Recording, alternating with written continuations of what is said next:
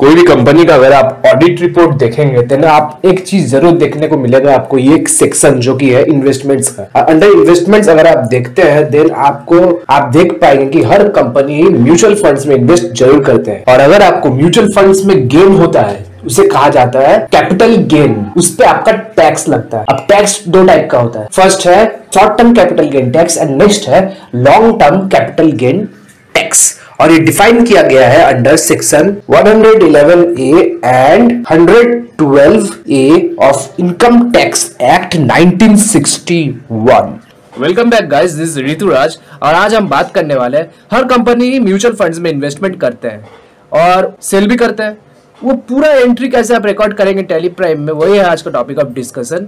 And इस video को हमने दो हिस्से में डिवाइड किया है। फर्स्ट सिचुएशन हम शॉर्ट टर्म को लेकर चलेंगे and next situation long term. इस वीडियो पे हम शॉर्ट टर्म पे डिस्कस करने वाले हैं। So let's start. तो सिचुएशन कुछ ऐसा है, आज हम आरएस एकेडमी का अकाउंटिंग मैनेज करने वाले हैं। तो आरएस एकेडमी 1 अप्रैल 2024 को एसबीआई म्यूचुअल फंड में इन्वेस्ट करते हैं 2 लाख रुपीज का, और कुछ कारण की वजह से उन्हें वो म्यूचुअल फंड होल्डिंग्स को बेचना पड़ता है ऑन 2 फरवरी 2025। जब वे सेल करते हैं तब वे ये ऑब्जर्व करते हैं कि वे जो 2 लाख रुपीज का इन्वेस्ट किए थे वो अप्रिशिएट करके 4 लाख रुपीज हो गया है। इसी का ही पूरा एंट्री हम टेली प्राइम में पास करेंगे, बट आपको कुछ सिचुएशन को ध्यान में रखना है। फर्स्ट है कि देखिए वो 1 अप्रैल वो इन्वेस्ट कर रहे हैं और फरवरी तक ही वे सेल कर दे रहे हैं, तो फिर ये 1 ईयर होता नहीं है।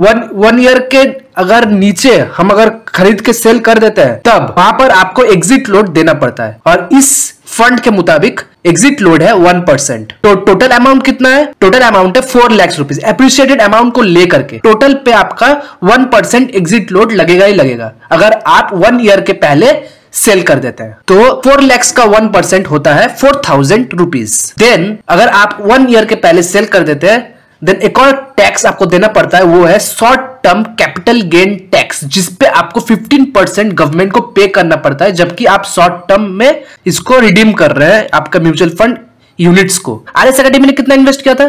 2 लाख रुपीज का। 2 लाख रुपीज एप्रिशिएट करके 4 लाख रुपीज हो गया, तो गेन कितना हुआ? 2 लाख रुपीज का। 2 लाख रुपीज इन्वेस्ट किया था, 4 lakh minus 2 lakh is equal to 2 lakh, ये गेन हुआ है। इस गेन अमाउंट पे 15% डिडक्ट हो जाएगा। 2 लाख का 15% होता है 30,000 रुपीज। यहाँ का 30,000 रुपीज आपको टैक्स पे करना है, प्लस वहां पर 1% एग्जिट लोड। 30,000 plus 4,000 34,000 rupees. तो टोटल आरएस एकेडमी के हैंड में 3,66,000 रुपीज आने वाले हैं। तो पहले हम आरएस एकेडमी के नाम से एक कंपनी क्रिएट कर लेते हैं। कंपनी क्रिएट करने के लिए हमें क्या करना पड़ता है? कीबोर्ड से प्रेस कीजिए Alt+K। क्रिएट पर ऑलरेडी सिलेक्टेड है, आपको एंटर प्रेस करना है और यहां पर आप लिखिएगा आरएस एकेडमी। एंटर करते हुए ये वेस्ट बंगाल होगा, Ctrl+A। देन आपको एंटर करते हुए ये जीएसटी तक पहुंचना है, और ये से वाई प्रेस करके यस करने के बाद जीएसटी आईएन नंबर जो है आप लिख दीजिए, और आपको Ctrl+A करके से ऑटो सेव कर देना है। ये आप टीडीएस नो कर दीजिए, नो, एंटर, Ctrl+A, और हमारा कंपनी क्रिएट हो चुका है। तो डायरेक्टली हम वाउचर एंट्रीज करेंगे, क्योंकि इससे क्या होता है कि हमारा बहुत ज्यादा टाइम सेव हो जाता है। वाउचर एंट्रीज करने के लिए हमें क्या करना पड़ता है? कीबोर्ड से प्रेस कीजिए ओनली V। तो पहले हम क्या कर रहे हैं? पहले हम इन्वेस्ट कर रहे हैं इसमें, एसबीआई म्यूचुअल फंड में। हाँ, इन्वेस्ट करने से पहले हम इस ट्रांजैक्शन का एंट्री पास कर लेते हैं। हम कैपिटल इंट्रोड्यूस कर रहे हैं, F6 प्रेस करके हम रिसिप्ट वाउचर ओपन करेंगे, क्योंकि हम बिजनेस में कैपिटल ला रहे हैं। सोच लीजिए बैंक के फॉर्म में ला रहे हैं, तो यहाँ पर लिखिएगा बैंक, अकाउंट में होगा बैंक, Alt+C, और यहाँ पर लिखिएगा SBI। एंटर करते हुए अंडर तक पहुंचना, ये होगा आपका बैंक, BA आ चुका है। सिलेक्ट कीजिए डाउन एरो की प्रेस करते हुए Ctrl+A। बैंक में हम पैसा ला रहे हैं, तो किस फॉर्म में ला रहे हैं? In the form of capital, तो यहाँ पर लिखिएगा कैपिटल, Alt+C, और यहाँ पर लिखिएगा कैपिटल। एंटर करते हुए अंडर तक पहुंचना, ये होगा आपका कैपिटल अकाउंट के अंडर में। सिलेक्ट कीजिए enter, Ctrl+A of rupees 5 lakh. Enter करते हुए आपको ये Ctrl+A करके से आप ऑटो सेव कर दीजिए, यस, एंटर, एक्सेप्ट। तो अब हम म्यूचुअल फंड में इन्वेस्ट करने वाले हैं, तो आपको F5 की प्रेस करना है पेमेंट वाउचर को ओपन करने के लिए, क्योंकि इन्वेस्ट करेंगे मतलब क्या? बाय कर रहे हैं म्यूचुअल फंड यूनिट्स को, यस। तो यहाँ पर आपको अकाउंट में सिलेक्ट कर लीजिए, बैंक से हम पेमेंट करेंगे, तो यहाँ पर लिखिएगा बैंक। पेमेंट तो कर रहे हैं, पर किस लिए कर रहे हैं? म्यूचुअल फंड यूनिट्स को बाय करने के लिए, बट सिमिलर क्रिएटेड है नहीं। Alt+C प्रेस कीजिए और यहाँ पर लिखिएगा SBI म्यूचुअल फंड्स।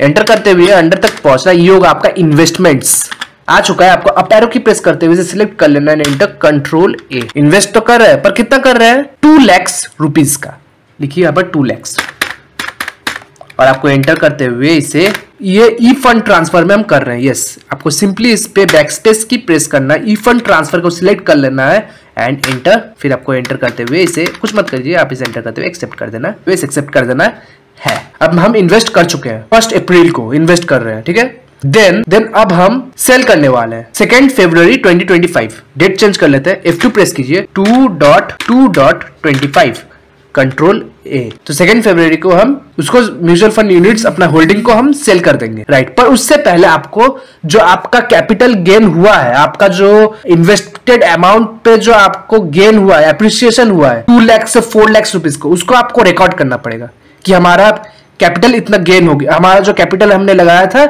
उसका, उसमें जो गेन आया है वो आपको यहां पर रिकॉर्ड करना है। कैसे करेंगे?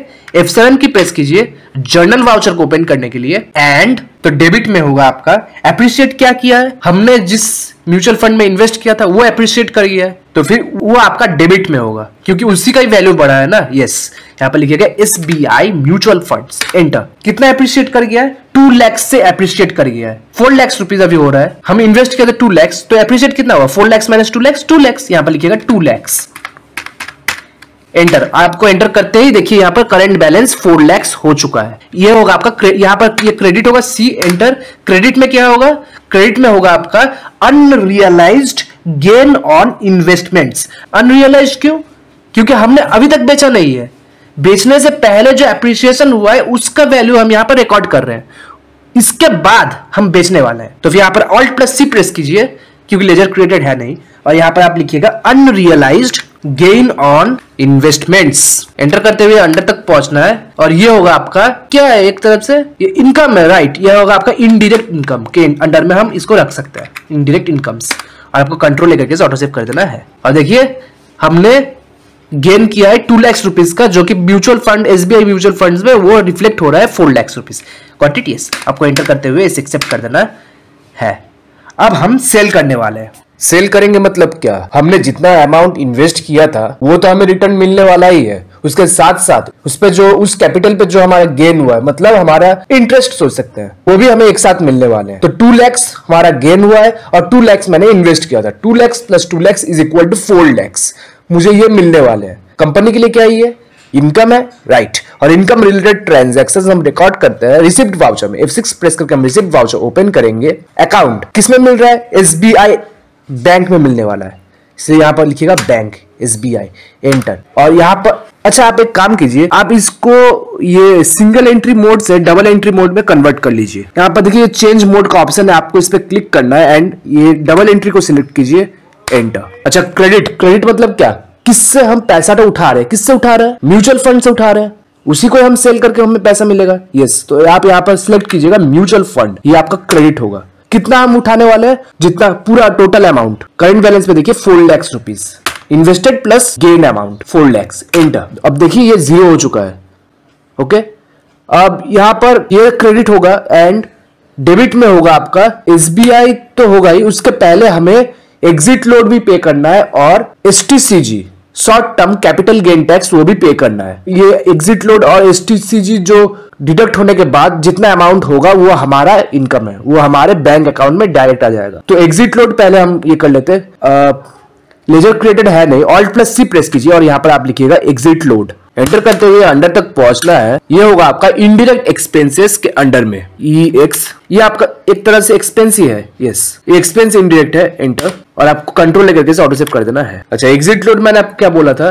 टोटल अमाउंट पे लगता है 1%, मैंने पहले आपको कैलकुलेट करके बताया था। यस, तो फिर 4 लाख का 1% कितना होता है? 4000 रुपीज। आप यहाँ पे सिंपली लिखिएगा 4000, एंटर। फिर से आपको एंटर प्रेस करना है एंड नेक्स्ट हमें क्या पे करना है? STCG short term capital gain tax. Alt+C press कीजिए और यहाँ पर लिखिएगा, शॉर्ट फॉर्म में लिख देते हैं STCG। एंटर करते हुए अंडर तक पहुंचना है। ये होगा आपका ड्यूटीज एंड टैक्सेस के अंडर में, एंटर। ये होगा आपका अदर्स, कंट्रोल A।